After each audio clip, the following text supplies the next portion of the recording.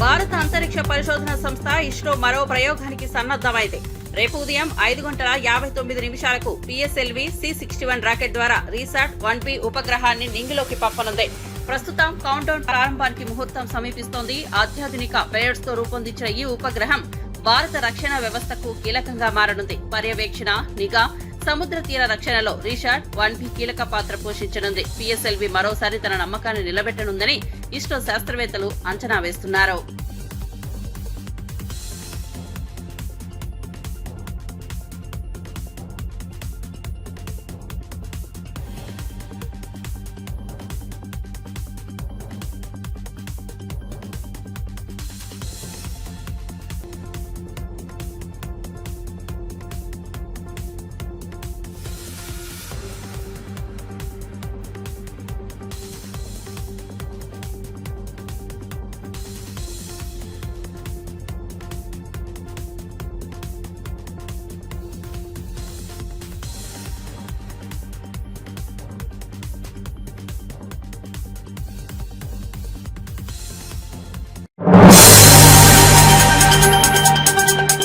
వైఎస్ఆర్ కాంగ్రెస్ నేత మాజీ మంత్రి పేర్ని నాని తీవ్ర ఆరోపణలు చేశారు. జగన్ ను లక్ష్యంగా చేసుకుని ప్రభుత్వం అక్రమ కేసులు నమోదు చేస్తోందని మండిపడ్డారు.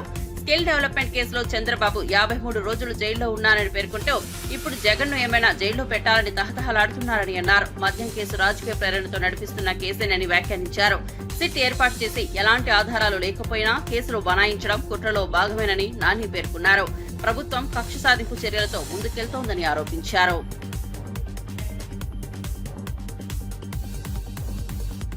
జగన్మోహన్ రెడ్డి గారికి వ్యతిరేకంగా ఎవడైతే మీకు ఎక్కడ సంతకం పెట్టమంటే అక్కడ పెడతాకి సిద్ధంగా ఉన్నారో వాళ్ళందరినీ మర్డర్ చేసిన ఎట్లా అయితే కేసులో ముద్దాయికి ఎత్తేస్తారో ఎట్లాగే ఇందులో కూడా ముందు మీరు పెడదామనుకున్న ఒక సీక్వెన్స్ రాసి కూడా అందులోంచి కూడా మొత్తం అందరినీ ఎత్తి పారేస్తారు. వాళ్ళ అంటే జగన్ గారిని అరెస్ట్ చేయడం కోసం లేదా జగన్ గారే లక్ష్యంగా ఈ కేసు నడపటం కోసం అంటే ఎన్ని పాపాలు చేయాలో, ఎన్ని తప్పులు చేయాలో అన్ని తప్పులు ఈ సిట్టు స్టాండ్తో చేయించుకుంటా వెళ్తూ వస్తున్నారు. ఈ తప్పుడు కేసులకి ఏమన్నా దడుస్తాడా చంద్రబాబు అని అంటున్నాడు. జగన్మోహన్ రెడ్డి గారు దడుస్తాడా? నాలాంటి వాడి దడవకుండా ఉంటే అసలు మా జగన్ దడుస్తాడా?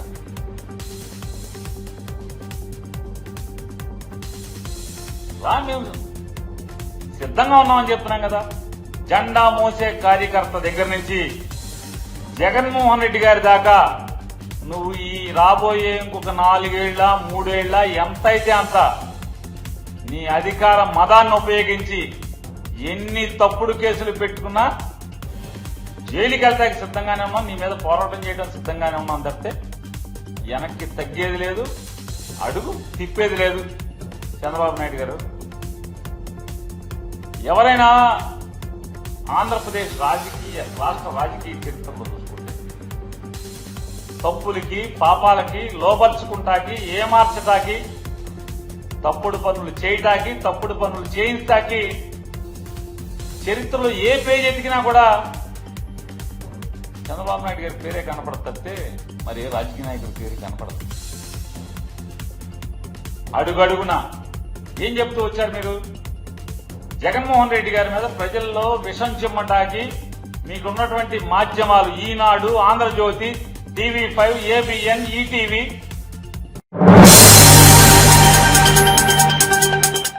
ఆపరేషన్ సింధూర్ విజయాన్ని పురస్కరించుకుని తిరుపతిలో సిటిజన్స్ ఫర్ నేషన్ సెక్యూరిటీ ఆధ్వర్యంలో జవాన్లకు సంఘీభావంగా తిరంగా ర్యాలీ నిర్వహించారు. ఎంఆర్పల్లి నుంచి అన్నమయ్య కూడలి వరకు 100 అడుగుల జాతీయ పతాకంతో సాగిన ఈ ర్యాలీలో భారత్ మాతాకి జై నినాదాలు మార్మోగాయి.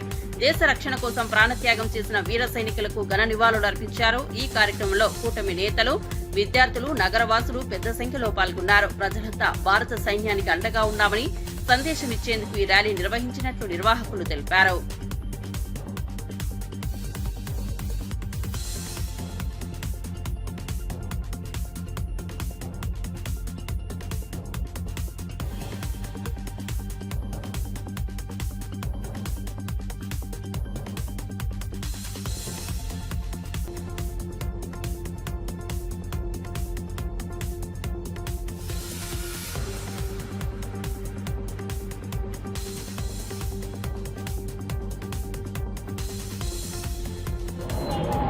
భారతమాత నుదుటిన సింధూరాన్ని దిద్ది మేము భారతదేశ రక్షణ కోసం మేమున్నాం.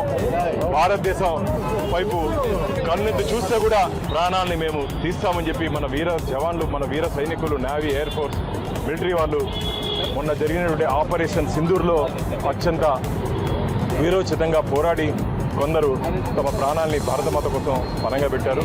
ఇంకా ఆగలేదు. భవిష్యత్తులో భారతదేశ జోలికి పాకిస్తాన్ వస్తే ప్రపంచ చిత్రపటంలో పాకిస్తాన్ని లేకుండా చేయగల సత్తా మన వీర సైనికులకి ఉందని చెప్పి వారు నిరూపించడం జరిగింది.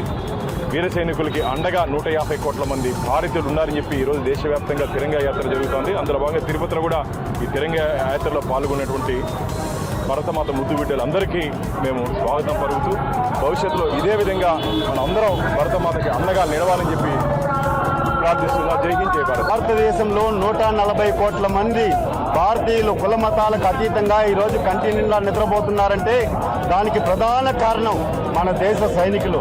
ఈరోజు నరేంద్ర మోడీ గారి నాయకత్వంలో ఆపరేషన్ సింధూర్ గ్రాండ్ సక్సెస్ అయింది. సైనికులు తమ ప్రాణాలని పణంగా పెట్టి భారతీయులని ఏ విధంగా ఉన్మాదంగా పాక్ ప్రేరేపిత ఉగ్రవాదులు హతమార్చారో వాళ్ళకి గుణపాఠం నేర్పారు మన సైనికులు. వాళ్ళందరికీ కూడా 140 కోట్ల మంది మీ వెంట ఉన్నాము అని తెలిసేందుకే ఈరోజు పవిత్ర పుణ్యక్షేత్రంలో తిరుపతిలో భారీగా కుల మతాలకు అతీతంగా మేమంతా కూడా ర్యాలీ చేస్తున్నాం.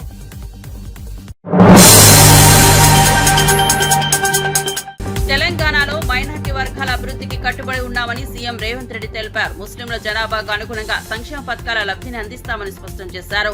హజ్ యాత్రికుల కోసం మామిడిపల్లిలో వసతి భవనం నిర్మించాలని ప్రభుత్వం నిర్ణయించిందని చెప్పారు. ఈ సంవత్సరం హజ్ కి 6,000 మంది దరఖాస్తు చేసుకోగా అందరికీ అనుమతి మంజూరు చేశామన్నారు. హజ్ యాత్ర ప్రారంభోత్సవంలో పాల్గొన్న సీఎం రేవంత్ యాత్రికులకు శుభాకాంక్షలు తెలిపారు. ప్రభుత్వం పూర్తి స్థాయిలో వసతులు కల్పిస్తుందని, ఇది వారి హక్కు అని అన్నారు. ज़्यादा ही पैसे हम लोग जो गरीब लोग हैं, जो अनएम्प्लॉयड यूथ है, उनको एम्प्लॉयमेंट देने के लिए मैं हिसाब किताब बोलूँगा 6,000 में कम से कम 10% को भी।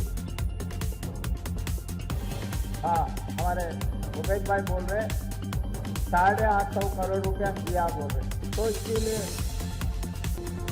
45 कम से कम 50,000 लोगों को 850 करोड़ देने के लिए सरकार ऑलरेडी आप लोगों को मंजूरी दी है. इसीलिए असद साहब जो 500 बोले 500 से भी ज़्यादा ही ये असद साहब आपको दावत देना है, क्योंकि असद साहब पूछे से भी ज़्यादा हम दिए. असद साहब दावत तो बाकी है.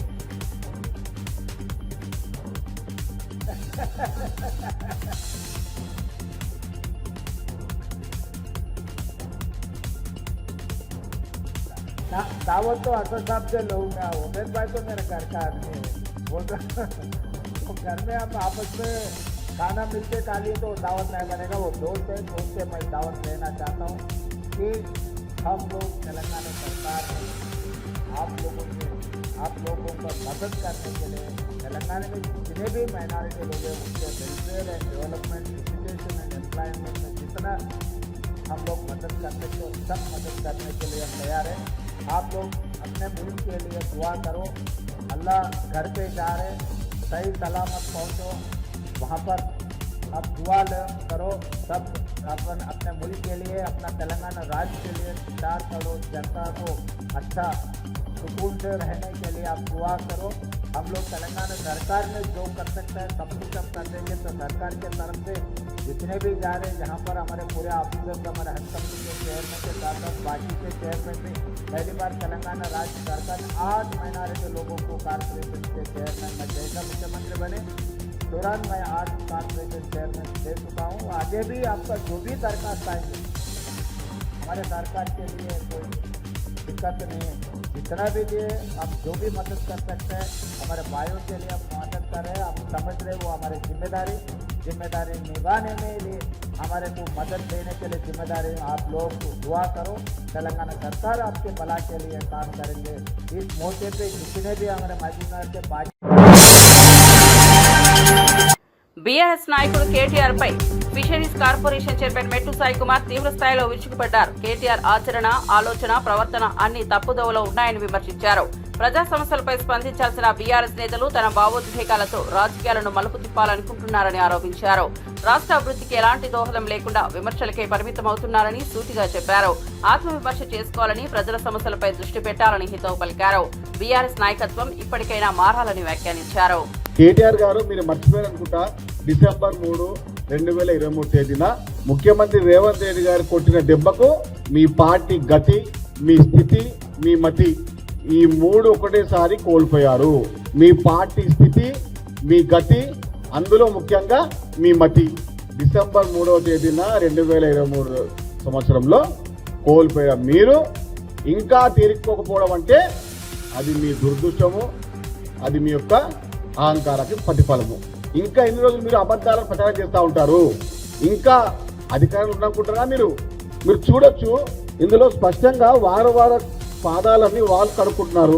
దానికి కూడా ఇంకా చిల్లర మల్లరగా ఆ సోషల్ మీడియాలో అట్లా ప్రచారం చేస్తుంటే మతి మీది పోయిందా లేకుంటే మీ కింద పనిచేసిన సిబ్బంది పోయిందా అనేది మాకు తెలియట్లేదు. దేశంలో తెలంగాణ రాష్ట్రాన్ని అగ్రస్థానంలో పెట్టడానికి ముఖ్యమంత్రి రేవంత్ రెడ్డి గారు పడుతున్న తపన తెలంగాణ రాష్ట్ర ప్రజలు గమనిస్తూనే ఉన్నారు. మతిపోయిన కేటీఆర్ గారు, మీరు ఎర్రగడ్డ హాస్పిటల్లో తగు చికిత్స చేయించుకోండి. అసలే ఉన్నది ఎండాకాలం. కేటీఆర్ గారికి చికిత్సకు అయ్యే ఖర్చు మొత్తము నేను భరిస్తాను. కల్వకుంట్ల తారక రామారావు గారి మతి స్థిమితం లేని మాటలు మాట్లాడుతున్నారు కాబట్టి వారు ఎర్రగడ్డ హాస్పిటల్లో తగు చికిత్స చేయడానికి ప్రభుత్వం తరఫున, అదేవిధంగా కాంగ్రెస్ పార్టీ తరఫున కూడా మేము మాకు తోచిన తగు సహాయం చేస్తాము. కానీ నోరు ఉంది కదా, చేతిలో ఫోన్ ఉంది కదా, ట్విట్టర్లో అకౌంట్ ఉంది కదా, ఏది పడితే అది పోస్టులు చేస్తూ ఉంటే తెలంగాణ ప్రజలు చూసి నవ్వుతా ఉన్నారు. అహంకారానికి ఐడి కార్డు లాగా, దురహంకారానికి ఆధార్ కార్డు లాగా తెలంగాణ రాష్ట్రంలో ఉన్నారంటే. Aryavysya corporation chairperson Kalva Sujatha BRS నేతలపై తీవ్ర వ్యాఖ్యలు చేశారు. దొరల పాలనలో అహంకారం తలకెక్కిందని, ప్రజలను పట్టించుకోకుండా మాట్లాడుతున్నారని మండిపడ్డారు. పదవులు మర్చిపోయి స్వేచ్ఛను కించపరుస్తూ వ్యవహరిస్తున్న నేతలపై విమర్శలు గుప్పించారు. ప్రజాస్వామ్యంలో ప్రతి ఒక్కరికి అభిప్రాయాన్ని వ్యక్తీకరించే హక్కు ఉందని, అది అపహాస్యానికి గురికావడం తగదని హెచ్చరించారు. బీఆర్ఎస్ నేతలు ప్రజల ఆవేదనకు స్పందించాల్సిన అవసరం ఉందని, ప్రభుత్వ విధానాలపై నిర్మాణాత్మకంగా స్పందించాలని సూచించారు. అహంకారంతో బాధ్యతతో పనిచేయాలని హితవు పలికారు. రామప్ప గుడిలో ప్రపంచ సుందరీమణులంతా దైవ దర్శనానికి, అలాగే భారతదేశ సంస్కృతి, తెలంగాణలో ఉన్నటువంటి సంస్కృతి కట్టుబాట్లు ఇవన్నీ మిళితమై 109 దేశాల నుంచి వచ్చినటువంటి సుందరీమణులు గర్వకారణంగా చెప్పుకోవాలి ఒకందుకు, మన దేశంలో మన రాష్ట్రానికి వచ్చినందుకు. కానీ అది ఎవరికీ కూడా జీర్ణించుకోలేనటువంటి పరిస్థితిలో ఉన్నటువంటి 2 ప్రతిపక్ష పార్టీ. సరే, మీరు జీర్ణించుకోకపోయినా పర్వాలేదు, కానీ వ్యతిరేకించకండి. ఏది చేసినా తప్పు అనే ముందు తప్పులెన్న వాళ్ళు మీ తప్పులు తెలియవా అని నేను అడుగుతున్నా. వచ్చినటువంటి విదేశీ మహిళలకందరికీ కాళ్ళు కడుక్కోవడానికి నీళ్లు ఒక ప్లేటు ఇస్తే దాన్ని తప్పు పట్టిండ్రు. అక్కడ వాళ్ళు ఉన్న చోటనే ప్రభుత్వం ఏర్పాటు చేసింది కాళ్ళు కడుక్కోవడానికి. వాళ్ళకి పెట్టినటువంటి చెంబులో నీళ్లు తాంబాళంలో కాళ్ళు కడుక్కోవడానికి పెట్టారు. ఏదో మేమేదో తప్పు చేసేసినాం అన్నట్టు ప్రభుత్వం అధికారికంగా కాళ్ళు కడిగే పని పెట్టింది అని మాట్లాడినటువంటి గొంగడి సునీత గాని, సబితమ్మ గాని, స్రవంతి గాని, వీళ్ళందరినీ నేను అడుగుతున్నా. అక్కడ మరి రామప్ప గుడిలో అందరు పీటల మీద కూర్చొని వాళ్ళ కాళ్ళు కడుక్కొని వెళ్లి దైవ దర్శనానికి వెళ్ళినప్పుడు ఒక్క యువతి మాత్రము తన కాళ్ళు కడుక్కుంటుంటే అది అర్థం కాక, ఏం చేయాలో అర్థం కాక తను చూస్తూ ఉంటే ఒక ఆవిడ వాలంటీర్గా ఉన్నటువంటి ఆవిడ పొరపాటున తనకు టవల్ అందించింది, కాళ్ళ దగ్గరికి ఇచ్చిందో తుడిచిందో సంథింగ్. కానీ ఒకవేళ ప్రభుత్వం అధికారికంగా కాళ్ళు కడగడానికి ఆ కార్యక్రమాన్ని పెట్టింటే గనక మీరు చూసినటువంటి విజువల్ లో 32 మందిలో 31 మంది ఎక్కడన్నా కాళ్ళు తుడిచే కార్యక్రమాన్ని మీరు చూసారా? అపనిందలేయడం కాదు, పూర్తి స్థాయిలో మాట్లాడితే బాగుంటది, చూస్తే బాగుంటది. ఏదో అక్కడ జరుగుతున్నటువంటి మంచి కార్యక్రమాన్ని వ్యతిరేకించాలనే ఉద్దేశం తప్పించి నిజంగానే వాస్తవాలు తెలుసా మీకు? మరి ఒకవేళ ఇలాంటిది ఏదైనా తప్పిదం జరిగితే మీడియా ఊరుకుంటుండేనా ఇప్పటిదాకా? కనీస సంస్కారం లేనటువంటి మీరు మంత్రులు 2 ఉన్నారు అన్నారు. సీతక్క గాని, కొండా సురేఖ అక్క గాని, ఇద్దరు కూడా, ఒక సురేఖ అక్క బీసీ మహిళ, సీతక్క మరి ఒక గిరిజన మహిళ.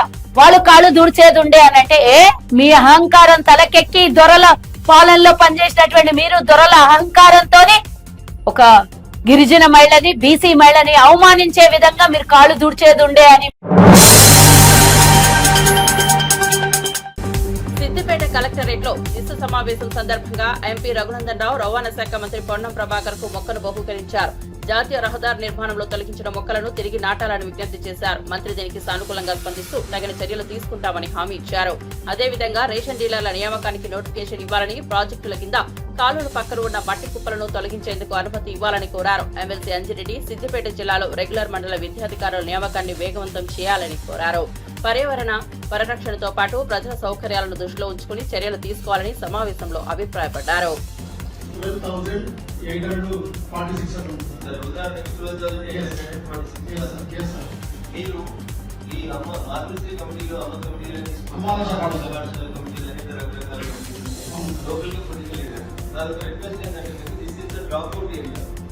12,846 మంది యూనియన్ కాలేజీలలో జాయిన్ అయిన బాధ్యత ఆ హై స్కూల్ హెడ్ మాస్టర్ గారికి, ఆ లోకల్ సర్పంచ్ గారికి, ఆ అమ్మాయిలకు కమిషనర్ వాళ్ళకి ఇచ్చి ఎవరైనా ఒక అమ్మాయి ఒక అబ్బాయి కాలేజీలో జాయిన్ అయితే తెలిస్తే వాళ్ళ ఇంటికి కౌన్సిలింగ్ చేసి వాళ్ళకు ఉన్నటువంటి ఇబ్బందులు ఆర్థిక ఇబ్బందులు ఇంకేవాలంటే ఆ లోకల్ ఉండే గౌరవ ప్రజాప్రతినిధులు ఏదో ఒక రకం no one should be dropped out. మీకు ఎంతమంది 10th పాస్ అయినో అంతమందిని మీరు ఇంటర్మీడియట్ అడ్మిషన్ వచ్చేదాకా ఎవరు పెంచాలి? హెడ్ మాస్టర్ గారు, అమ్మాలక్ష్మి పాఠశాల చైర్మన్ గారు, డిఈఓ గారు, ఎంఈఓ గారు. ఇక్కడ డ్రాప్ అవుట్ జరిగితే ఇలాంటి సోషల్ ఎలిమెంట్స్ ఎవరైనా రాస్తారు లేదా పేదరికంతో కాలేజీ పోలేని పరిస్థితి. పేదరికంతో పోలేని పరిస్థితి నేను అందరం కలిసి ఏదో ఒక రకంగా సాయం చేద్దాం. no one should be dropped out from education. National education policy 2020 ప్రారంభంలో కూడా టాస్ అండ్ ఉల్లాస్ అనేటువంటి ప్రోగ్రామ్ చేయడం జరిగింది సార్. ఎవరైతే 14+ ఉన్నటువంటి ఏజ్ లో అందరినీ కూడా వాళ్ళు 10th క్లాస్ డిస్కంటిన్యూ అయినా 10th క్లాస్ మధ్యలో 7th అటువంటి డిస్కంటిన్యూ చేసినారు వాళ్ళందరినీ కూడా ఓపెన్ ఇంటర్ లో 10th క్లాస్ లో చేయాలని చెప్పేసి ఇన్స్ట్రక్షన్స్ ఉన్నాయి సార్. అదేవిధంగా 15+ ఏజ్ లో అందరూ కూడా ఓపెన్ ఇంటర్ లో చేయాలని ఉన్నారు సార్. అదేవిధంగా ఎవరైతే 15+ ఏజ్ లో నాన్ రిటైర్డ్ అయితే ఉందో వాళ్ళందరినీ కూడా ఉల్లాస్ యాప్ కూడా అడ్మిషన్ రిజిస్ట్రేషన్ చేసేసి అక్కడ వాలంటీర్ పెట్టేసి ఆ ఊళ్ళో పెట్ట అందరూ క్లాసులు కూడా చేయాలని చెప్పేసి సార్. అది ఎవరిని కూడా సంపూర్ణ అక్షర దిశగా చేయాలని చెప్పేసి కూడా ఇన్స్ట్రక్షన్స్ ఆ దిశగా నడుస్తుంది సార్. తెలంగాణ అంటే పొలిటికల్ దేశంలో 100% రిప్రజెంట్ రాష్ట్రం ఏంటంటే 10 ఏళ్ల నుంచి రేట్ టీచర్ కేరళ చెప్తే ఇంకో రేట్ చెప్తారు. పొలిటికల్ యాక్టివిటీస్ 10 ఏళ్ల నుంచి తెలంగాణ జనాలు బాగా చేశారు. ఇంకా మీరు 100% రిప్రజెంట్ కాకపోతే మా మంత్రి గారు ఇంకా గైడ్ చేయాల్సింది కూడా వస్తారు. విద్య చట్టంలో వచ్చింది కదా మ్యాండేటరీ.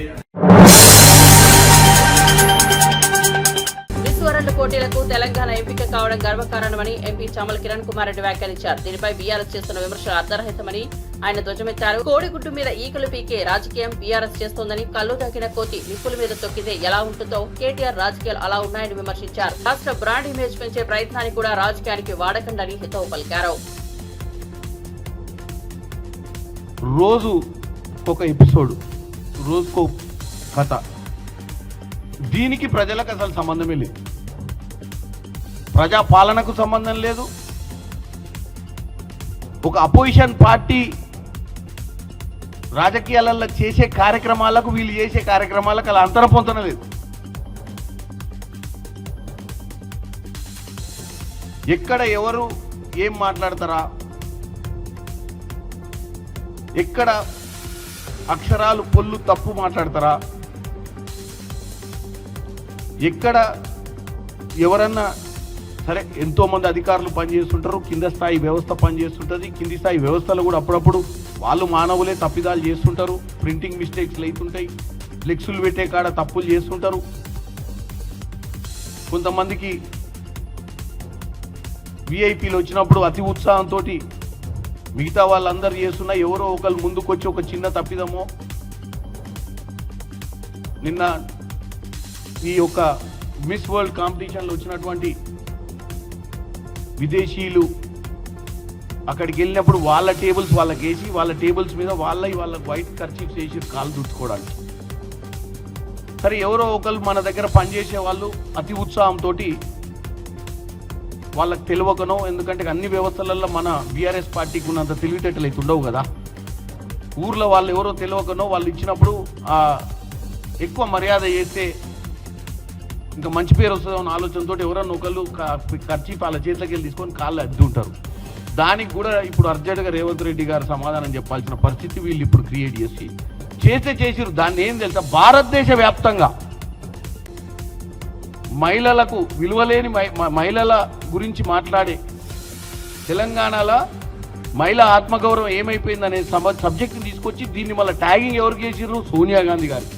పోనీ వీళ్ళు సోషల్ మీడియా వీళ్ళది ఎవరు చూస్తారో చూడరు అని నమ్మకంతో అట్లీస్ట్ కాంగ్రెస్ పార్టీ అధిష్టానానికన్నా చూపించాలని ఇక్కడ ఉన్న కాంగ్రెస్ పార్టీ నాయకులను, ఇక్కడ ఉన్నటువంటి కాంగ్రెస్ పార్టీ ముఖ్యమంత్రిని, ఇక్కడ ఉన్నటువంటి ఈ బ్రహ్మాండమైనటువంటి కార్యక్రమం మిస్ వరల్డ్ కాంపిటీషన్ ఇండియాకి రావడమే ఫస్ట్ టైం. అది తెలంగాణకు రావడం గర్వకారణం. దీన్ని ఎట్లా డెంటు కొడదామన్న ఆలోచనే ఉంది తప్ప దాని గురించి ఇప్పటి వరకు ఇక్కడ సెలెక్ట్ అయినందుకు. ప్రజాస్వామ్యంలో ప్రభుత్వాన్ని ప్రశ్నించే హక్కు అందరికీ ఉందని ఎమ్మెల్యే అనిల్ జాదవ్ అన్నారు. రాములు నాయక్ కోడలికి మార్కులు ఎలా వచ్చాయో ప్రశ్నించిన పాడి కౌశిక్ రెడ్డిపై అక్రమ కేసులు బనాయించడం దుర్మార్గమన్నారు. కాంగ్రెస్ ప్రభుత్వ వైఫల్యాలను ఎత్తి చూపిన వారిపై వేధింపులకు పాల్పడడం అరాచకమన్నారు. ప్రజా సమస్యలపై మౌనం వీడి ప్రశ్నించడమే ప్రజాస్వామ్య బలమని చెప్పారు. నాయకుల కుటుంబ సభ్యులపై ప్రశ్నించలేని పరిస్థితులు సృష్టిస్తే అది ఫ్యాసిజం దిశగా అడుగులు వేయడమేనని హితవు పలికారు. అక్రమ కేసులతో ప్రజాస్వరాన్ని అణిచే ప్రయత్నాలు సరికాదన్నారు. గ్రూపులలో అవగతాలు జరిగినాయి, పేపర్లు సరిగా దిద్దలేదని చెప్పేసి విద్యార్థులే రోడ్డు ఎక్కినటువంటి విషయం అందరికీ తెలుసు. దాని మీద మాట్లాడినటువంటి కౌశిక్ రెడ్డి మీద రాములు నాయక్ తోటి బలవంతంగా, రాములు నాయక్ పెట్టలేదు, ఆయనకు పార్టీ పెద్దలు కానీ ముఖ్యమంత్రి కానీ బలవంతంగా ఆయనతో కేసు పెట్టడం జరిగింది. మా నాయకుడు కేటీఆర్ గారు మాట్లాడితే కూడా కేసులు, మాజీ మంత్రి అయినటువంటి హరీష్ అన్న మాట్లాడితే కేసులు, అదేవిధంగా మా ఎమ్మెల్యేలు మాట్లాడితే కేసులు. మరి మేము మాట్లాడాలన్న భయం అనిపిస్తుంది, ఎక్కడ కేసు పెడతారో అని చెప్పేసి. ఈ విధంగా ఈ పరిస్థితి ఈ రాష్ట్రంలో ఈ కాంగ్రెస్ పాలనలో జరుగుతూ ఉన్నది. నిన్న ముఖ్యమంత్రి గారు పెద్ద పెద్ద మాటలు మాట్లాడింది. ఏమని, ప్రతిపక్షం బలంగా ఉంటేనే ప్రభుత్వం మంచిగా నడుస్తుంది. మేము బలంగా మాట్లాడితేనే కానీ నువ్వు బలంగా కేసులు పెడతా ఉన్నావు. కాబట్టి ఈ విధమైన పరిస్థితి బాగలేదు. దీన్ని మేము పూర్తిగా మా బీఆర్ఎస్ పార్టీ తరఫున ఖండిస్తూ ఉన్నాము. ఈ ప్రజాస్వామ్యంలో మాట్లాడే ప్రతి హక్కు అందరికి ఉంటుంది. మాట్లాడినప్పుడు నువ్వు అట్రాసిటీ కేసు పెడతా ఉంటే మరి మాట్లాడేటోళ్ళు కూడా రారు ముందుకు. వేదిక పనిదిగా ఒకటే మేము డిమాండ్ చేస్తూ ఉన్నాం. మొట్టమొదటిసారి అయితే ముఖ్యమంత్రి మీద కేసు పెట్టాలి అట్రాసిటీ. ఎందుకు? విదేశాల్లో పై చదువు కొరకు వెళ్ళినటువంటి మా గిరిజన బిడ్డలు 17 మంది స్కాలర్షిప్ అందక రోడ్డు మీద తిరుగుతూ ఉన్నారు యూఎస్లో. అసెంబ్లీ సాక్షిగా నేను మాట్లాడినా, వాళ్ళకి డబ్బులు రిలీజ్ చేయండి, వాళ్ళకి ఆదుకోండి. వాళ్ళు జీతం లెక్క అక్కడ పని చేసుకుందామని పని దొరకలేదు అమెరికాలో. వాళ్ళకి డబ్బులు రిలీజ్ చేయని చెప్తే ఇప్పటివరకు కూడా 17 మంది పిల్లలు అక్కడ రోడ్డు మీద పడ్డరు. రోజు మాకు ఫోన్లు చేస్తూ ఉన్నాం. కాబట్టి ముందుగా ముఖ్యమంత్రి గారే దీని బాధ్యత వహించాలి. కాబట్టి మొట్టమొదటిగా అట్రాసిటీ కేసు ఈ రేవంత్ రెడ్డి గారి మీద పెట్టాలని చెప్పేసి కూడా ఈ సందర్భంగా మేము తెలియజేసుకుంటున్నాం. అదేవిధంగా ఇప్పటివరకు ట్రైబల్ మినిస్టర్ కూడా ఇవ్వలేదు. మీరు ట్రైబల్ మీద మీకు ఎంత పక్షపాత వైఖరి ఉందో దీని మీద అర్థం అవుతా ఉన్నది. కాబట్టి ఇప్పటివరకు కూడా ముఖ్యమంత్రి గారు ట్రైబల్ మినిస్టర్ గారు పెట్టలేదు. కాబట్టి ఫస్ట్ మీ మీద అట్రాసిటీ కేసు పెట్టాలని చెప్పేసి కూడా మేము ఈ వేదిక పైన డిమాండ్ చేస్తున్నాము. ఇంకోటి ఏంది, ఎన్నికల సమయంలో కొడంగల్లో మీరు బహిరంగంగా స్పీచ్లో చెప్పారు. ఏమని, ఈ గిరిజనులకు ఒక సారా సీసా ఒక బిర్యానీ ఇస్తే ఓట్లు ఇస్తారని చెప్పారు. కాబట్టి బాధ్యత వహించి మొట్టమొదటిగా మీ మీదనే అట్రాసిటీ కేసు బుక్ చేయాలి అని చెప్పేసి. కంచిగచ్చిబౌలి భూముల విషయంలో జరిగిన దోపిడీపై సుప్రీంకోర్టు చేసిన వ్యాఖ్యలు కాంగ్రెస్ ప్రభుత్వ తీరును బట్టబయలు చేస్తున్నాయని ఎమ్మెల్యే కేపీ వివేకానంద అన్నారు. కోర్టు సెలవుల్లోనే చెట్లను నరికారని, ప్రజలను మోసం చేస్తూ 10,000 కోట్ల భూమిని కొల్లగొట్టే ప్రయత్నం చేశారని తీవ్ర వ్యాఖ్యలు చేశారు. ఈ అవకతవకల వెనుక బీజేపీ ఎంపీ పాత్ర ఉన్నందువల్లే కేంద్ర దర్యాప్తు సంస్థలు ఇప్పటిదాకా విచారణకు ముందుకు రాలేదని ఆరోపించారు.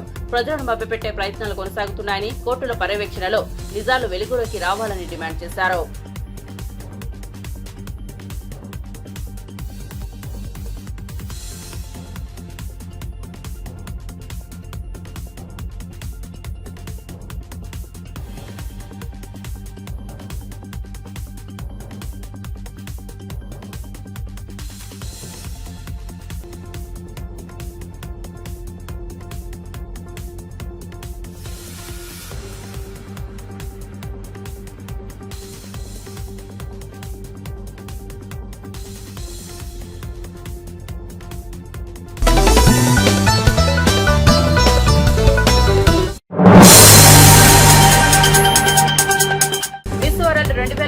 పోటీల్లో పాల్గొనేందుకు హైదరాబాద్ కు వచ్చిన ఆంధ్రాల బాములు చారిత్రక ప్రదేశాలతో పాటు ఏఐజీ ఆసుపత్రిని సందర్శించారు. ఆసుపత్రిలో చికిత్స పొందుతున్న చిన్నారులను ఆత్మీయంగా పలకరించి వారితో ముచ్చటించారు. చిన్నారులకు ధైర్యం నూరి వారిలో ఆత్మవిశ్వాసాన్ని పెంచేలా ప్రోత్సహించారు.